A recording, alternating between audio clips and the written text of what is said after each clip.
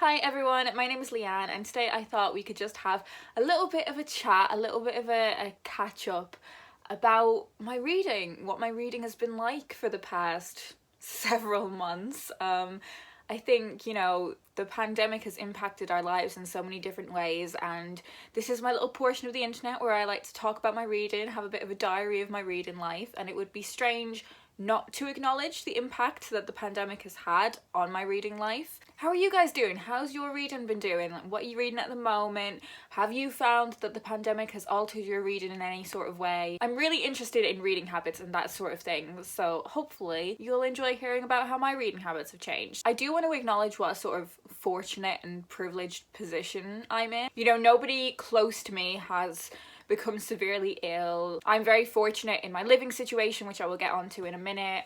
In terms of work, there was never kind of a question mark for me around like the safety of my job. Like there was never any chance I was going to be furloughed. In many ways, I think I've had a very secure experience of the past few months compared to other people.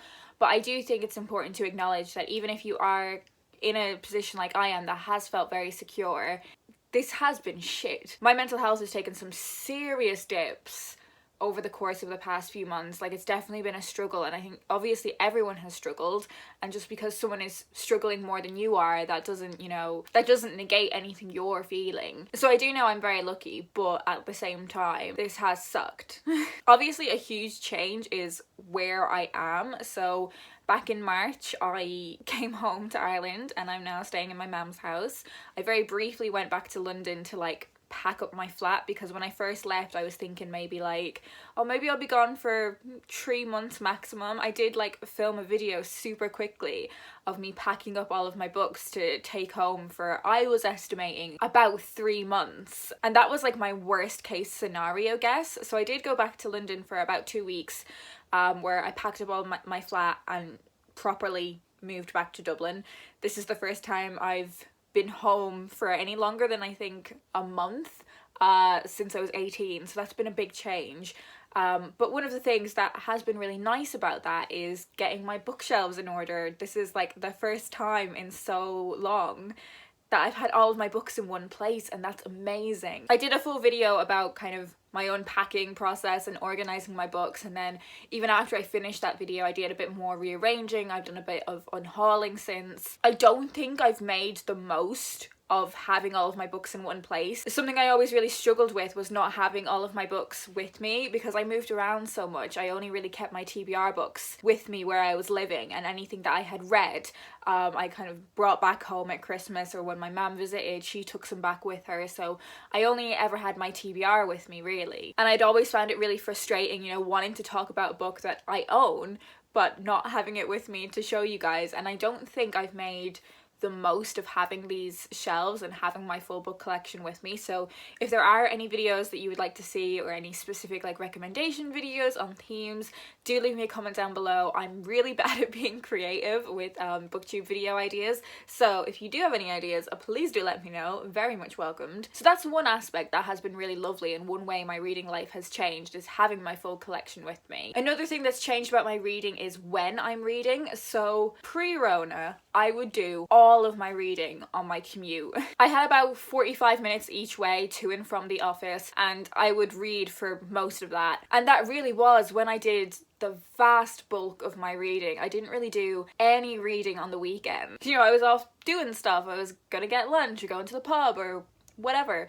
Other times I might end up reading was I used to go to the cinema a lot by myself and the theatre a lot by myself, which is something I really love doing, and obviously that's something else that's been lacking in my life since the pandemic. Because I was on my own, I would read.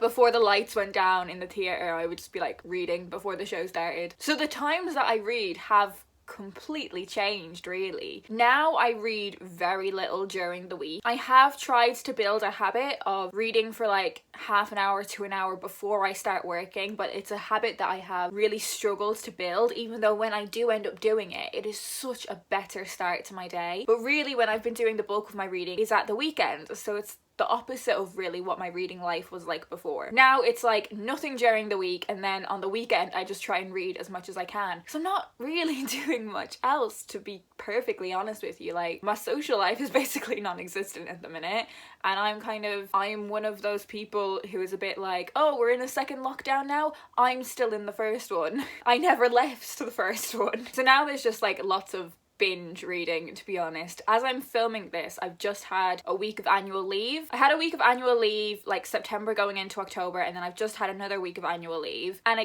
again, I've just not been able to do anything, so I've just been reading. I'm not really listening to audiobooks, which is a real shame, but I guess, again, the ways I listened to audiobooks before, I don't really have anymore. So I would listen to audiobooks when I was like going shopping. If I had to stand on the tube, then I would listen to an audiobook, not things that I'm doing anymore. The other time I would listen to audiobooks would be like when I was sat in the office, but I found working from home, I've actually much preferred to listen to music while working. I guess maybe I can't, like, you can listen to music when you're in the office, obviously, like, you've got your earphones in, it's fine, but I know I would end up like singing and dancing, which nobody needs, but if I'm just by myself, then I can do that. So yeah, I've really struggled to find the time to listen to audiobooks. What else has changed? I suppose Netgalley. So I rejoined Netgalley at the start of the pandemic because, you know, I was very aware that publishers weren't going to be able to get review copies and proofs out as easily, and I think the industry has definitely adjusted to that now and have come up with ways of sending out proofs. Whereas, you know, at the start where everything shut down, where like proofs were locked away in offices that we couldn't get into, I think publishers really didn't know what we were doing when it came to sending out proofs.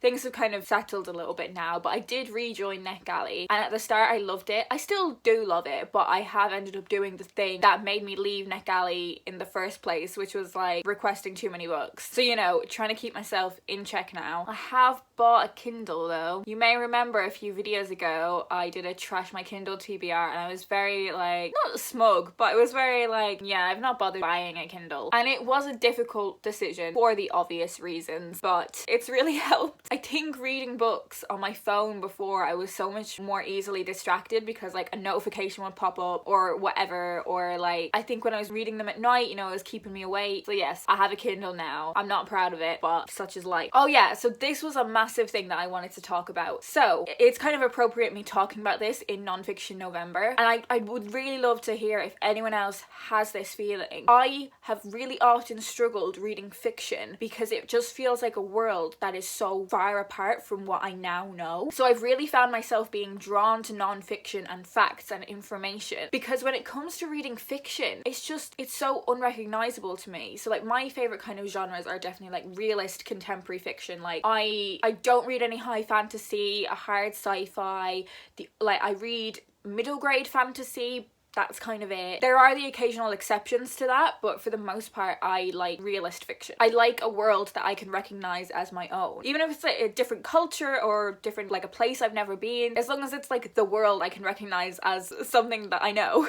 But now with fiction, that world seems so far, like if there's two characters that arrange to meet up and go for a coffee, I'm like, what? That now feels so removed from the norm. Strangers meeting and having a conversation. What? Going to someone's house, the most normal things have now started to feel like almost like plot holes. Like two people meeting up in a book, I'll be like, but is this your designated bubble? How many contacts have you had in the last week? Like that's what my brain is doing. The idea of people going somewhere where there are other people, that feels like a plot hole to me. That feels implausible, and I hate it.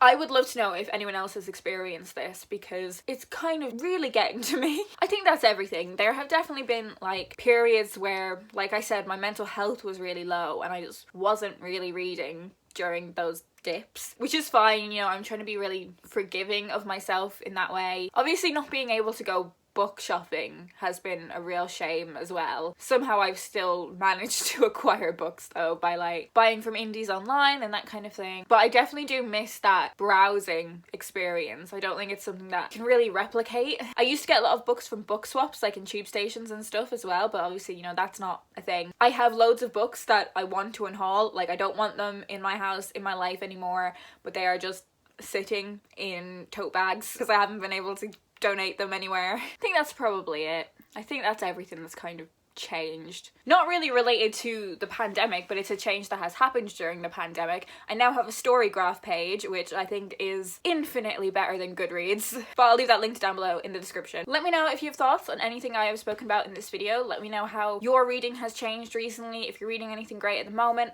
I would love you to let me know down in the comments. As ever, all of my social media is linked down below in the description as well, so if you want to connect with me somewhere else, you can. I hope you guys are doing well, and I will talk to you in my next video.